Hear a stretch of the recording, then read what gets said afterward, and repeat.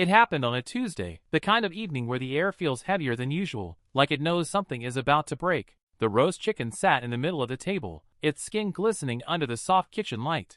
The smell should have been comforting, the sort of scent that once wrapped itself around our family like a blanket. But tonight, it felt like the air was holding its breath. My son sat across from me, his eyes fixed on his plate, his fork moving in slow, distracted motions. Beside him, my daughter-in-law had that practiced smile, the kind that hides a storm. I had been trying to fill the silence with small talk, asking about the children's school projects, the weather, anything that might keep us from drifting into the places I feared we were headed.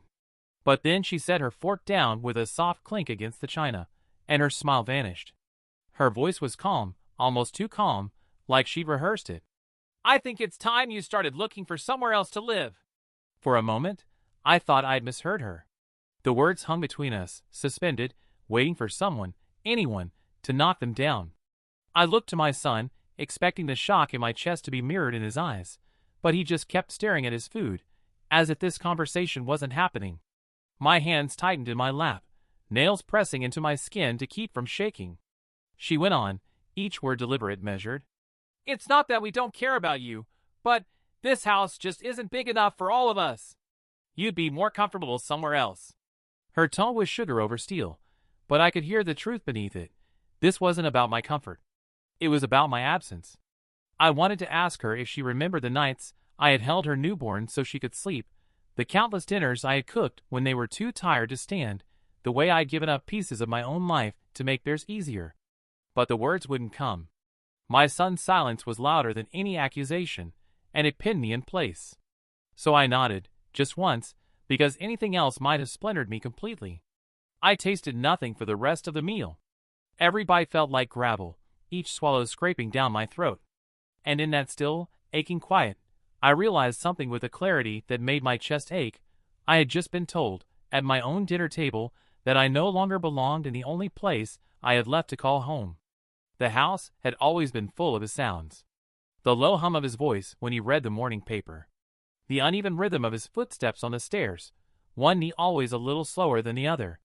The quiet whistle he didn't even realize he did while tending to the garden.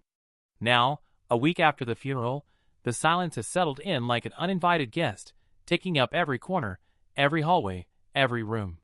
I keep expecting him to walk in, to say my name the way only he could, soft at the edges but steady at the core. But the door stays closed, and the air stays still. I catch myself talking to him out loud sometimes, asking if he's seen my glasses, if he wants tea, if he remembered to lock the back gate, before the truth rushes back in like cold air under a door. For 42 years, every small moment was shared. The grocery list scribbled on the backs of envelopes. The way he'd pour my coffee first before making his own. The late-night talks about nothing and everything. All those tiny threads that wove our days together have snapped, leaving the hours loose and unraveling. The bedroom is the worst. His pillow still holds the faint scent of his aftershave, and I keep smoothing the dent it makes, afraid of the day when it fades. His slippers sit neatly by the bed, toes pointing toward the life that's gone. I can't bring myself to move them. I tell myself it's because I'm not ready, but really it's because I'm afraid that if I start putting things away, I'll be admitting that he's never coming back. Friends call and tell me to keep busy, to get out of the house, to distract myself. But there's a cruel comfort in the quiet, in sitting still with the memories even when they hurt. Because if I let the noise of the world rush in too quickly, I'm afraid it will push him further away. In the evenings, I sit at the kitchen table with a single cup of tea, staring at the chair across from me. I can almost see him there, leaning back with that familiar half-smile, telling me about something he'd read or a neighbor he'd run into. The clock ticks, steady and relentless, and I realize the ache isn't just for him. It's for the life we built, the one that now echoes through these rooms, softer and softer, as the days pull me further from the last time I heard his voice. It started with small things, the kind you notice only when you're already looking for them. A glance exchanged between them when they thought I wasn't watching. Conversations that stopped the second I entered the room.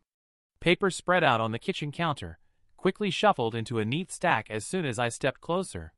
I told myself it was nothing. Grief was making me suspicious, turning shadows into threats. But the feeling wouldn't leave. The first real crack came one morning when I passed the study, and heard their voices, low but tense. My name was spoken, followed by the word, "Title." I paused just long enough to catch my breath hitch before their conversation went quiet. When I stepped in, they both smiled too quickly, like children caught in a lie. My daughter-in-law said something about planning a future for everyone, and my son nodded, not meeting my eyes. The words clung to me like damp clothes. It was my husband's house before it was ours. He inherited it from his parents, a place where generations of family photographs hung on the same walls, where his father's handwriting could still be found in the tool shed. We'd raised our son here. Every birthday candle, every Christmas morning, every argument and reconciliation, all of it lived in these rooms. And now, for the first time, I could feel it slipping through my fingers. I caught her one afternoon measuring the living room with her eyes, her gaze lingering on the windows, and the way the light fell. She smiled when she saw me, but there was something in it I didn't recognize. Later, I found a real estate brochure in the recycling bin, its pages bent as if it had been read more than once. My son's handwriting was scrawled in the margin, numbers, circled and underlined. The truth began to settle in my chest like a stone. This wasn't just about space or comfort. It was about value. About what this house could fetch if it were theirs to sell. They weren't just pushing me out of their home. They were pulling me out of my own. That night, lying in bed, I stared at the ceiling and felt the weight of it pressing down. The memories I held so dear were just that, memories. To them, this house was something else entirely. Not a home, but an asset. And I realized with a slow, aching certainty that love had nothing to do with the conversation they were too polite or too calculating to have in the open. It was raining the afternoon, they told me. The kind of steady, cold rain that turns the sky the color of ash and makes the whole world feel smaller. I was at the kitchen table, sorting through old photographs, when my daughter-in-law appeared in the doorway. My son stood just behind her, close enough to show support but far enough to keep his hands clean. She didn't bother sitting down. "We've talked it over," she began, her voice carrying that brittle politeness she used when she wanted something unpleasant to sound reasonable. "We think it's best if you make arrangements to move within the next 2 weeks. 2 weeks. 14 days to pack up a lifetime. 14 days to say goodbye to the rooms where I'd lived most of my adult life. I waited for my son to speak, to soften it, to say she'd gotten it wrong. But he just stared at the floor, his jaw tight. The rain on the windows sounded louder than either of them. I swallowed hard, tasting metal. 2 weeks? My voice cracked, the words catching somewhere between disbelief and humiliation. She nodded once, brisk, as if it had been decided in some boardroom, and she was merely delivering the memo. The next few minutes were a blur of their voices explaining logistics, movers, forwarding addresses. What's best for everyone. But beneath the careful phrasing, I heard what they weren't saying. This house would be there soon, and the sooner I was gone, the better. When they left the room, I stayed at the table, staring at the photographs spread before me. There was my husband, younger, holding our son on his shoulders in the backyard. There was the Christmas we stayed up until midnight to put together a toy train set. There was me, planting flowers by the front porch, dirt under my nails, and the sun in my hair. For decades, reduced to a stack of fading prints. The grief was still there, but something else slid in beside it, a sharper, colder feeling. It was small at first, barely a spark. But the more I thought about their faces, their voices, their deadline, the more it began to grow. They wanted me gone in 2 weeks. Fine. But I wouldn't leave bowed and broken, shuffling out of here like a problem they'd finally solved. This was my home, my life, my history. And if they thought they could erase me in 14 days, they were about to learn just how wrong they were. The bank smelled faintly of paper and polish, the way places do, when they want to appear orderly and safe. I hadn't been here in years. My husband had always handled the accounts, the bills, the numbers that kept our lives stitched together. I trusted him with it, not out of disinterest, but because that was how we divided our world. I managed the home, he managed the money. Now, with 2 weeks hanging over my head like a noose, I needed to know exactly where I stood. The young man at the desk wore a name tag and a tie that looked too tight. He offered me a polite smile, the kind reserved for the newly bereaved, and asked for my identification. His fingers tapped quickly across the keyboard, the screen reflecting in his glasses. He asked if I wanted to review. All active accounts. I nodded, not realizing yet what that simple word would mean. One by one, the balances appeared. The joint checking account. The modest savings I already knew about. And then, others. Accounts in my husband's name alone. 3 of them. Healthy balances that made my breath catch. I leaned forward, certain I had misread the figures, but they were steady on the screen, black ink against pale gray. Were you aware of these? The banker asked gently.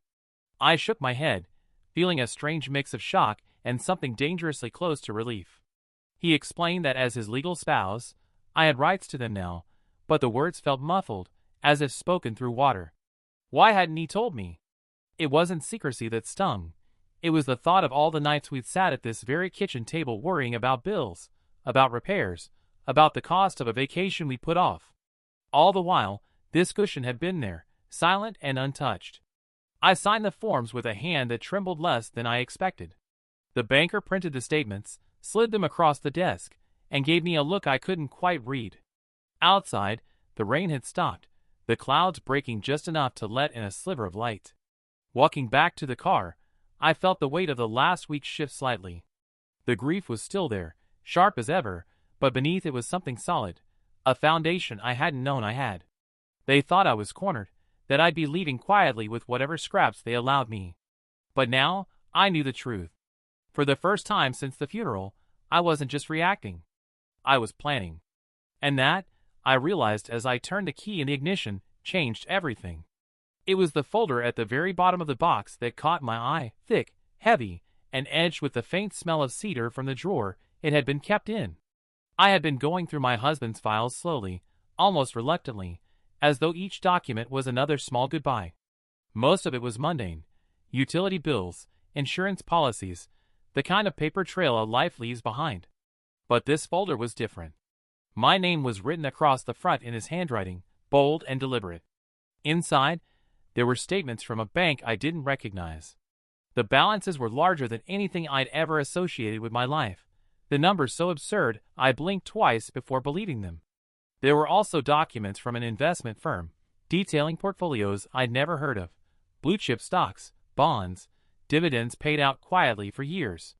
And then the most startling of all, a trust account, established in my name only, dated more than a decade ago.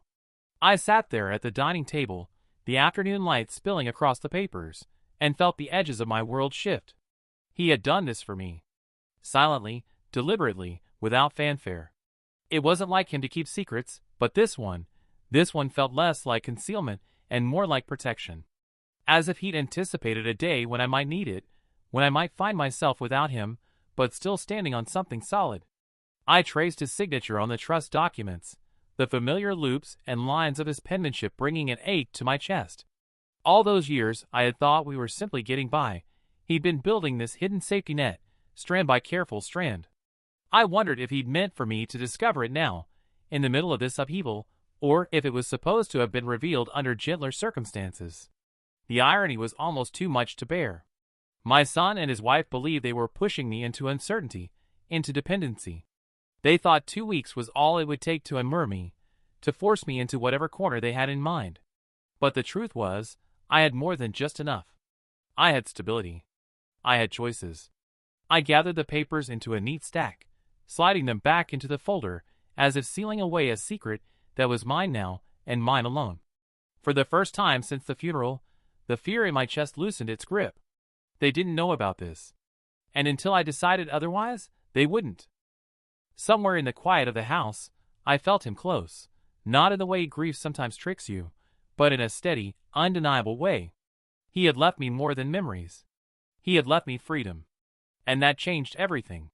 The envelope was plain, the kind of nondescript brown you might overlook in a pile of mail. I found it wedged between tax records and old utility statements, the flap still sealed. Across the front, in my husband's steady block letters, were just 2 words, Henderson Construction.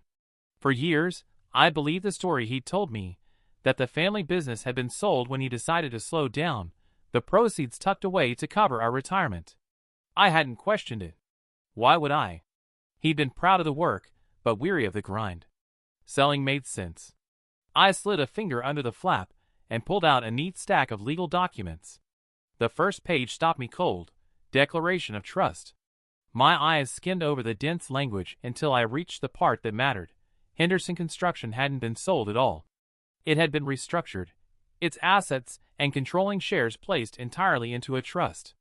My trust?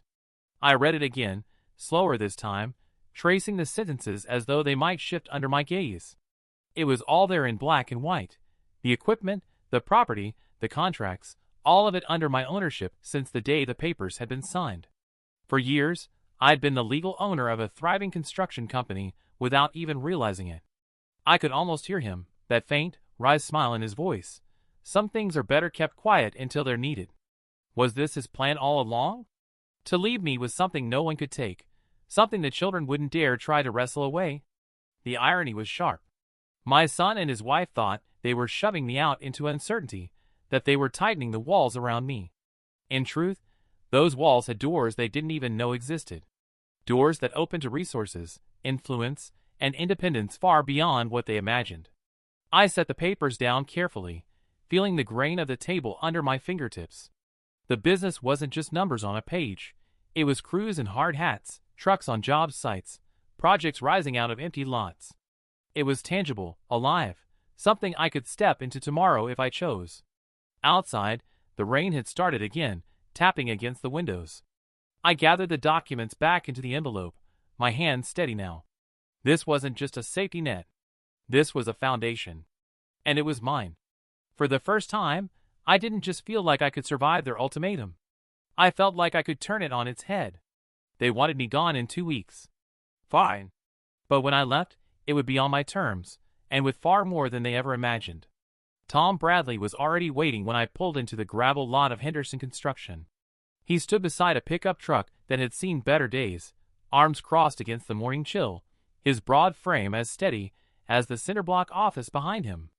I recognized him instantly from the few holiday parties I'd attended years ago, the man who always kept to the edges of the room, polite but watchful, as if guarding something more important than small talk. "Mrs. Henderson," he greeted, removing his cap. His voice had the kind of weight that made you listen. "I heard you might be stopping by." We stepped inside, the air warm with the scent of coffee and sawdust. Tom poured 2 cups without asking and gestured toward the small table in the corner. His eyes, lined with years of squinting under the sun, studied me for a moment before he spoke again. "Your husband, he was a man who planned ahead. I figure you found out by now that this place is yours." I nodded, the envelope from my kitchen table still fresh in my mind. "I thought he sold it," I admitted. Tom shook his head. "Not a chance. He built this company with his hands, and he wasn't about to hand it over to strangers. The trust was his way of keeping it in the family, in your hands, without the vultures circling." There was no mistaking who he meant.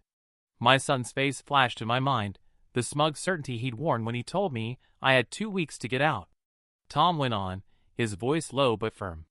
"We've got steady contracts lined up for the next 18 months. Crews are solid, books are clean. He made sure I knew exactly who to answer to if anything happened to him, and that's you." I let his words settle, feeling their truth down to my bones. This wasn't some fragile relic of my husband's past. Henderson Construction was alive, profitable, and loyal to the man who had led it. And now, by his design, loyal to me. "You ever need to step in, you won't be walking into a mess," Tom added. "You'll be stepping into something strong. He made sure of that." I wrapped my hands around the coffee mug, the warmth sinking into my fingers. For the first time since my husband's death, I felt something that wasn't grief or anger. I felt anchored. They could try to push me out of the house, out of the life I built, but they couldn't touch this. When I left Henderson Construction that morning, Tom tipped his cap again. "Whatever you decide to do, ma'am, we've got your back." And for the first time in weeks, I believed it. The accountant's office smelled faintly of paper and old leather, the kind of place where numbers weren't just written down, they were guarded. Mr. Kessler was a compact man with thinning hair and the calm demeanor of someone who'd spent decades navigating other people's financial storms. He rose when I walked in, shook my hand firmly, and gestured to the chair across from his desk. "I understand you've been reviewing the trust documents," he began, adjusting his glasses. "Your husband was meticulous. He kept the company's accounts cleaner than most I've seen. He slid a thick folder toward me, its tabs marked in neat, slanted handwriting. I opened it and saw pages of balance sheets, payroll logs, and contract summaries. Everything looked tidy, almost boring in its order, until Mr. Kessler flipped to a section near the back. "These," he said, tapping the page with one blunt finger, "are personal withdrawals. Your son's." At first, I thought I'd misheard him. "Wade," he nodded. "They were categorized as short-term loans from the business. No repayment schedule. No interest. Just taken. Over the last 3 years, the total is just under $90,000. The number sat there on the page, heavy and undeniable. 90,000. Not for medical bills or an emergency. There were notes attached for things like renovations, vehicle purchase, and miscellaneous.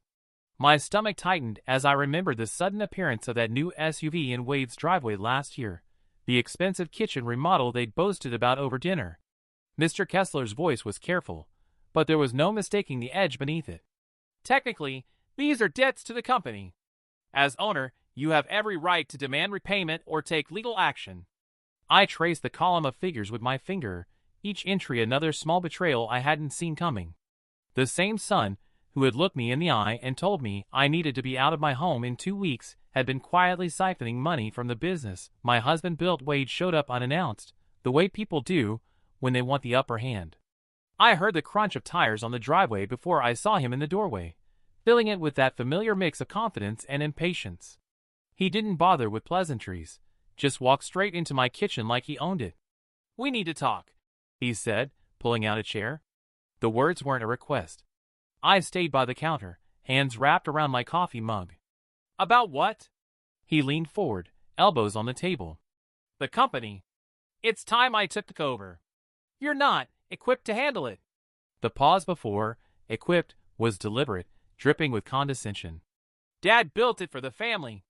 I've been part of it for years. This is the logical next step."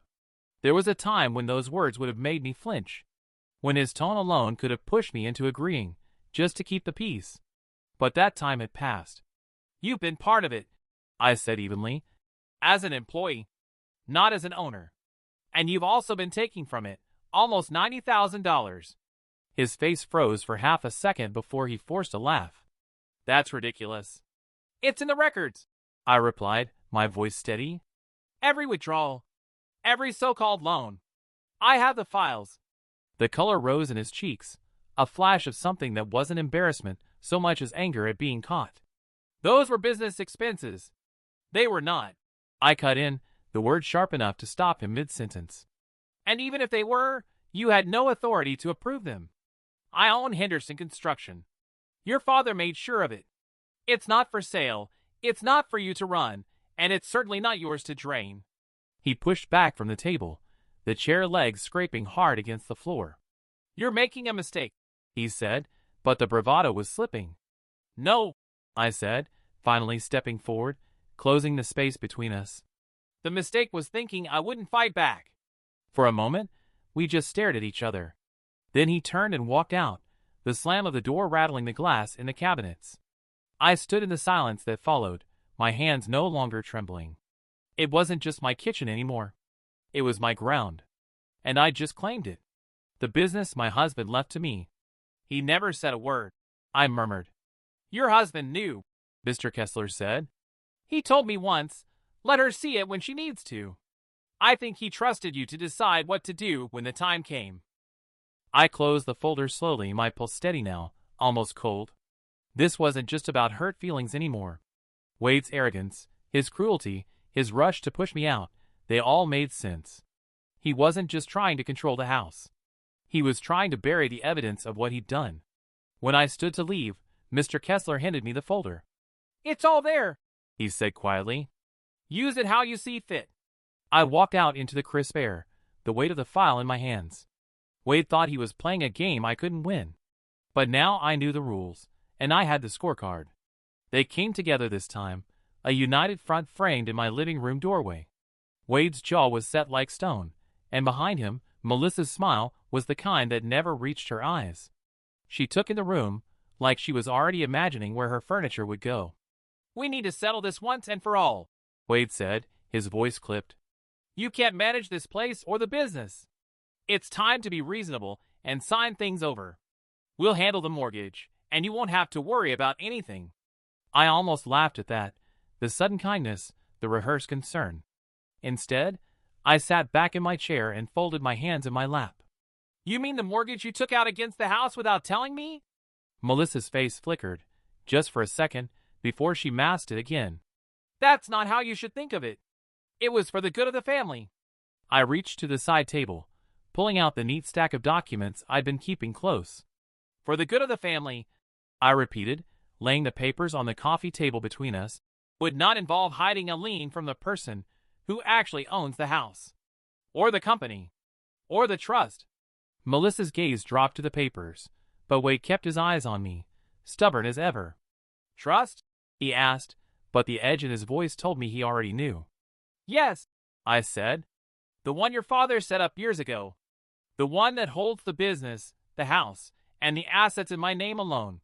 The one you have no legal claim to. I let the words sit there, sharp and unmoving. Melissa shifted, her arms crossing tighter. You can't just... I can. I cut in. I've spoken to the bank, the lawyers, and the accountant. Every loan, every withdrawal, every piece of paper with your signature on it, I know it all. And I'm not signing over anything. The silence that followed wasn't peaceful. It was thick, weighted, the kind that leaves no space for bluffing. Wade's mouth tightened, but he didn't speak. Melissa looked at him like she was waiting for him to fix this, to get control back. Finally, I stood, the papers still between us. You came here thinking I was cornered. I'm not. I have the house, the business, and the means to keep both. You have debts, and you have a problem that isn't mine to solve. They didn't slam the door this time when they left. They just walked out, quieter than they'd come, the fight in them somehow smaller. I stayed where I was, the papers still on the table, my breathing calm. For the first time since this began, I knew exactly who held the power. And it wasn't them. Wade came back alone the next afternoon. No Melissa this time, no performance for two. He stood in the doorway, not stepping in right away, as if the air inside the house might feel different now that he knew the truth. I just need to understand, he said finally, his voice lower than I'd heard it in weeks. You're saying the business, the house, all of it, it's yours? I set down the cup I was holding, meeting his eyes. That's what I've been saying. Your father set it up that way years ago. The trust owns everything. I'm the trustee. That means I decide what happens. He gave a short, humorless laugh and rubbed the back of his neck, pacing a few steps into the room. And the debt? The mortgage? Your debt, I said, letting the words settle. Not mine. Not the trust's. You took it out. You're responsible for paying it back. The bank was very clear. His pacing stopped. For a moment, he looked like a boy again, caught in something too big to get out of. Melissa thought. He cut himself off, jaw tightening. We thought you didn't know how to handle it all. We thought we'd be doing you a favor. I leaned back slightly, my voice calm, but without softness. You thought you could take it. That's different. He swallowed, his eyes flicking to the floor. So there's nothing. No way you'd hand over the business? No, Wade. There's not. It's not just mine in name. It's mine in purpose. Your father built it to provide for me, for us, not to be gutted by bad decisions and hidden loans. He sat down heavily on the edge of the couch, elbows on his knees. I didn't think it would turn out like this. I watched him for a long moment, weighing whether to believe him. Neither did I. But here we are. His shoulders slumped. The swagger, the certainty that had carried him into this house before, was gone. In its place was something I hadn't seen in him in years, the look of someone realizing they had no cards left to play. When he finally stood, he didn't argue. He didn't threaten. He just nodded once, almost to himself, and walked out. The door closed softly behind him. I stayed where I was, the quiet settling around me like a final verdict. For the first time since the dinner table ultimatum, I saw him not as the man trying to take what was mine, but as a son who'd just learned it was never his to begin with. I didn't sleep that night. Even with Wade's shock still fresh in my mind, I knew shock alone wouldn't stop him or Melissa for long. People who believe something should be theirs have a way of convincing themselves to keep trying, no matter how many times they're told no. By morning, I'd made up my mind. It was time to make sure that no could never be overturned. The law office smelled faintly of coffee and paper, the kind of place where deals are written in ink that doesn't fade. My attorney, Margaret Kane, was a woman with a reputation for leaving no loose ends. She didn't waste time on small talk. Once I'd laid out the trust documents, the business records, and the bank statements, she adjusted her glasses and leaned in. "You're in a stronger position than you think," she said. "But strength doesn't mean permanence. We're going to make this airtight." For the next 2 hours, we went through every clause, every signature, every date. Margaret explained where the language could be tightened, how ownership lines could be drawn so boldly that no one could blur them later. She had a way of speaking that made even the most complicated legal terms feel sharp and simple. This was about control, and keeping it. By the time we were done, new measures were in motion. Updated filings with the state to reaffirm the trust's ownership of the business. Restrictions added that required my explicit, notarized consent for any sale, loan, or transfer. Power of attorney documents naming only me. She even had the foresight to draft a cease and desist letter, ready to be sent should Wade or Melissa try to interfere again. "This," Margaret said, sliding the final stack of papers toward me, "is your shield. You keep it close, and you keep it current. And if they try to test it, they'll find out quickly how solid it is." Walking out of her office, the folder in my hand felt heavier than it should have, but it wasn't a burden. It was security. It was the knowledge that what my husband built and what he left me couldn't be taken by force, persuasion, or trickery. That night, as I locked the front door, I realized something. I wasn't just defending what was mine anymore. I was building a wall they couldn't climb. Whatever came next, I'd be ready, and they'd be on the outside looking in. The papers arrived on a Friday, slid through the mail slot in a thick envelope that landed with a dull thud on the hardwood. I knew before I opened it. Wade and Melissa hadn't disappeared. They'd just been regrouping. Inside was the official notice. They were contesting the trust, the business ownership, and even the deed to the house. For a moment, I just stood there in the hallway, envelope in hand, listening to the tick of the clock on the wall. It was almost laughable.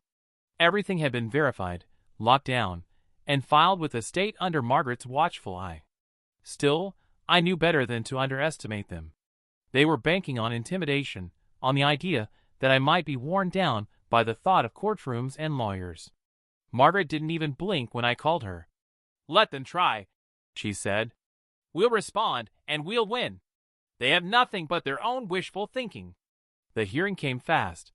In the courtroom, Wade wouldn't meet my eyes, but Melissa stared straight at me like it was a staring contest she meant to win. Their attorney made his pitch, claiming undue influence, mismanagement, anything that might make the judge doubt the trust's validity. But every point they raised collapsed under documentation. Every insinuation met a paper trail that stretched back years, signed by my husband himself. When it was Margaret's turn, she was surgical. She walked the judge through the trust, the business records, the corporate restructuring, each step legal and deliberate. She reminded the court that the trust had been established long before my husband's death, at a time when he was in full health and mind. She presented the mortgage loan documents Wade had signed himself, under no pressure but his own greed. The judge's ruling was quick and absolute. The trust stood. The business was mine. The house was mine. Their petition was dismissed with prejudice.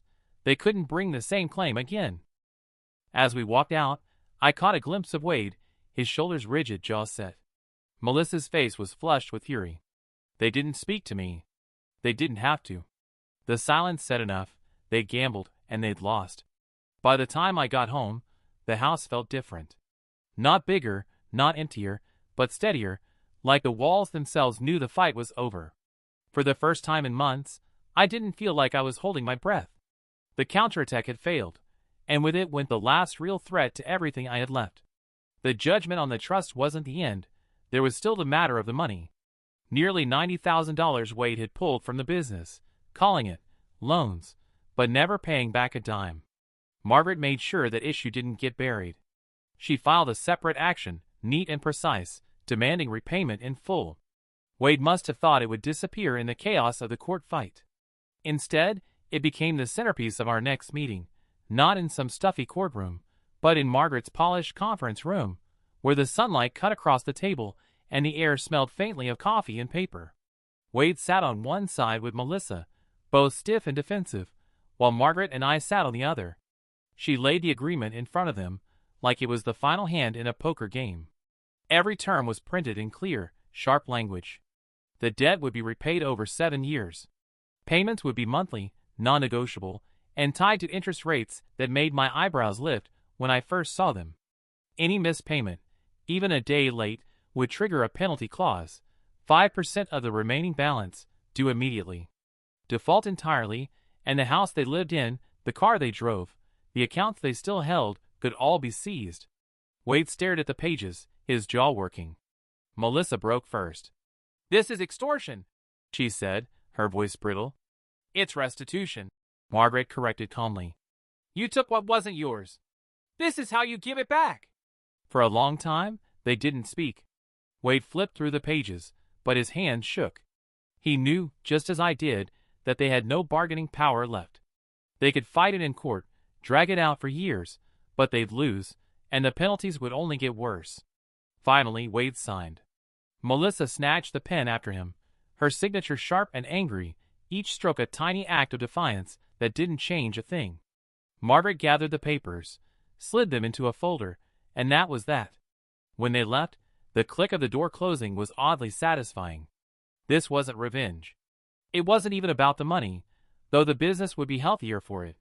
It was about boundaries, about making sure they understood that actions had consequences. As I drove home, I realized I didn't feel triumphant. I felt settled, the way a ship feels when the anchor finally catches.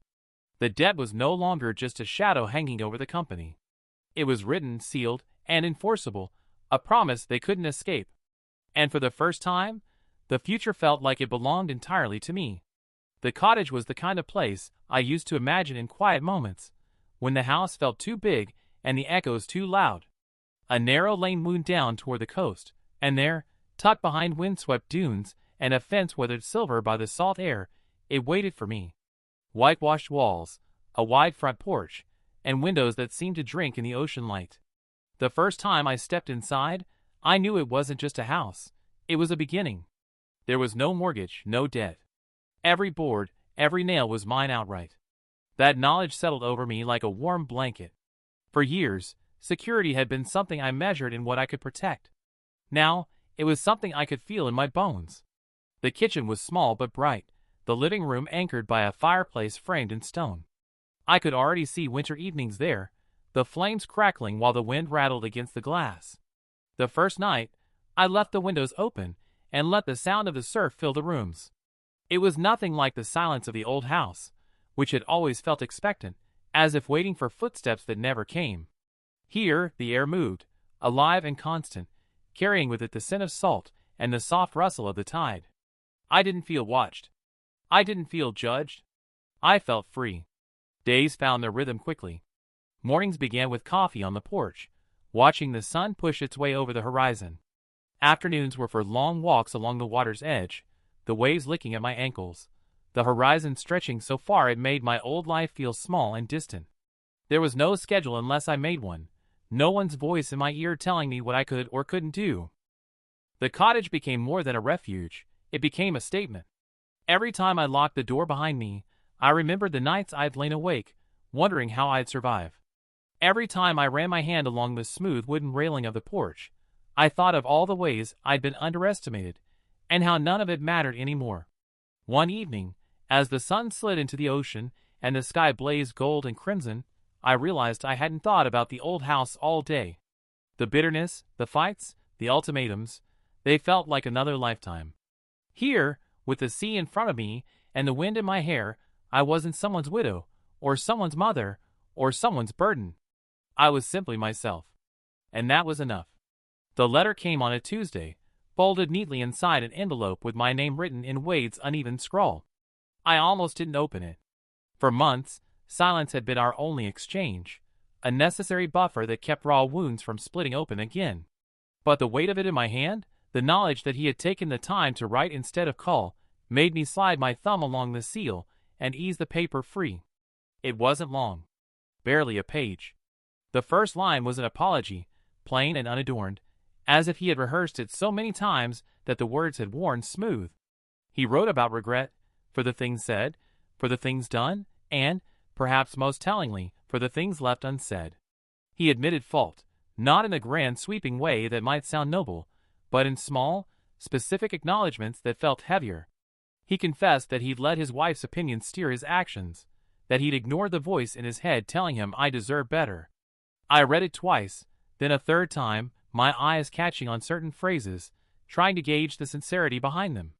There was no plea for money, no request for the business, no hint of the defensiveness that had once laced every conversation between us. It was, in the purest sense, a letter meant to bridge a gap. And yet, trust is not rebuilt with ink on paper. It is not something that can be summoned with a single act, however earnest. Trust is constructed slowly, plank by plank, over time and with effort, until it can bear weight again. I could appreciate his words without being ready to open my door. I could acknowledge his courage in sending them without forgetting the harm that had been done.